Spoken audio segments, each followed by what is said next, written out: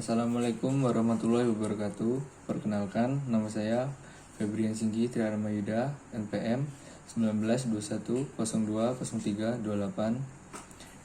kelas E, jurusan Hukum Tata Negara. Di video kali ini saya akan mempresentasikan tentang sumber hukum Islam. Yang pertama yaitu Al-Quran.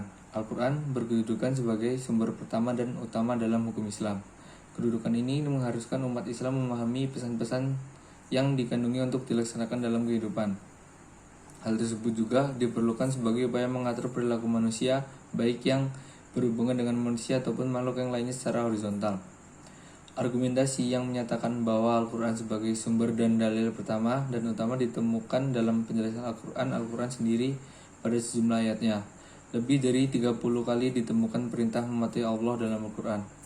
Bahkan meninggalkan aturan yang disebutkan Al-Quran akan membawa akibat meningkatnya kejahatan yang dilakukan manusia. Al-Quran secara redaksional dan makna yang dikandungnya bersifat qat atau al-wujud. Maksudnya adalah lafaz Al-Quran dan pesan yang dikandungnya terjamin keautentikan dan otoritas kebenarannya. Yang kedua yaitu Al-Sunnah. Pada uraian tersebelumnya telah dijelaskan bahwa Al-Quran sebagai sumber utama dan yang paling utama dari hukum Islam yang bersifat global, yang membutuhkan penjelasan secara operasional. Nabi Muhammad SAW sebagai penyampai ajaran Al-Quran diberi otoritas oleh Tuhan untuk menjelaskan lebih lanjut apa yang telah diwahyukan kepadanya. Dengan demikian, Al-Sunnah baik dalam bentuk perkataan, perbuatan, maupun dalam bentuk takrir berkedudukan sebagai sumber kedua setelah Al-Quran. Al-Quran sehingga menetapkan beriman kepada Rasul sama dengan kewajiban beriman kepada Allah SWT. Disebutkan dalam surat Al-A'raf ayat 158. Penegasan Al-Quran juga menyebutkan bahwa perbuatan Rasul berdasarkan wahyu yang diturunkannya kepadanya, seperti yang disebutkan dalam surat Al-Najm 3 yang artinya, dan tidaklah diucapkannya itu atau Al-Quran menurut kemauan bawah nafsunya.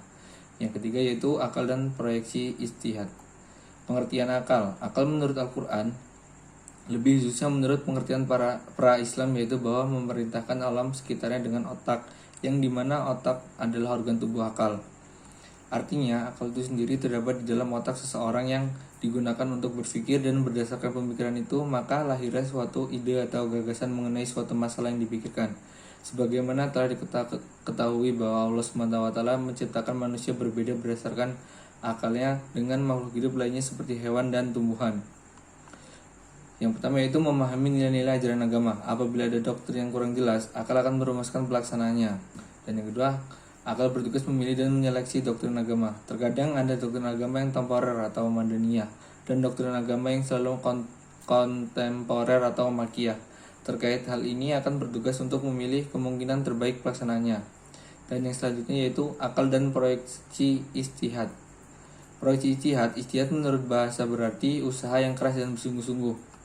Sedangkan pengertiannya dari segi istilah ijtihad adalah berusaha menetapkan hukum terhadap masalah yang belum ada ketetapan hukum yang dalam Al-Quran dan hadis, yang dilakukan dengan secara cermat dan pikiran yang murni serta berpedoman pada aturan penetapan hukum yang benar. Rujukan ijtihad tetap pada Al-Quran dan hadis, dalam arti bahwa penetapan hukum ijtihad tidak boleh bertentangan dengan ayat-ayat Allah SWT atau ajaran Rasulullah SAW.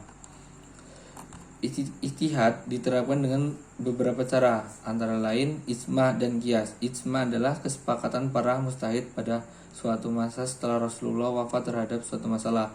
Sedangkan qiyas adalah menetapkan hukum dengan cara menghubungkan suatu perkara yang sudah ada ketetapan hukumnya terhadap masalah lain yang dihadapi dan belum ada ketetapan hukumnya, sedang antara keduanya sama-sama memiliki sebab yang disepadankan. Sekian video dari saya. Kurang lebihnya saya minta maaf. Saya akhiri. Assalamualaikum warahmatullahi wabarakatuh.